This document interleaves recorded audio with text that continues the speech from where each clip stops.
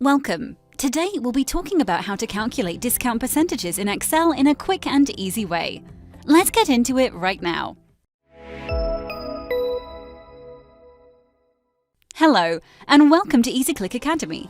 My name's Maria, and together with our EasyClick team, we're here to make sure you'll be able to use Excel in a quick and easy way thanks to our digestible video tutorials.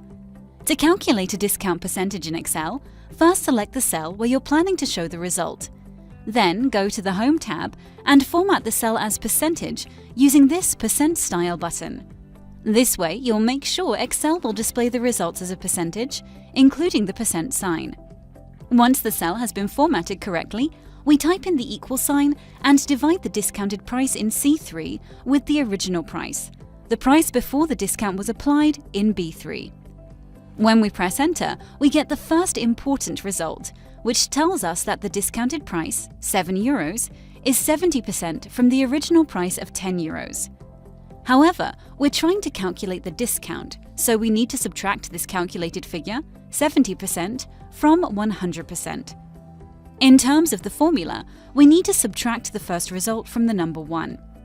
So, this is the final formula, which will help you calculate the discount percentage in a quick and easy way. If the original price was €10 and the discounted price is €7, you saved 30%.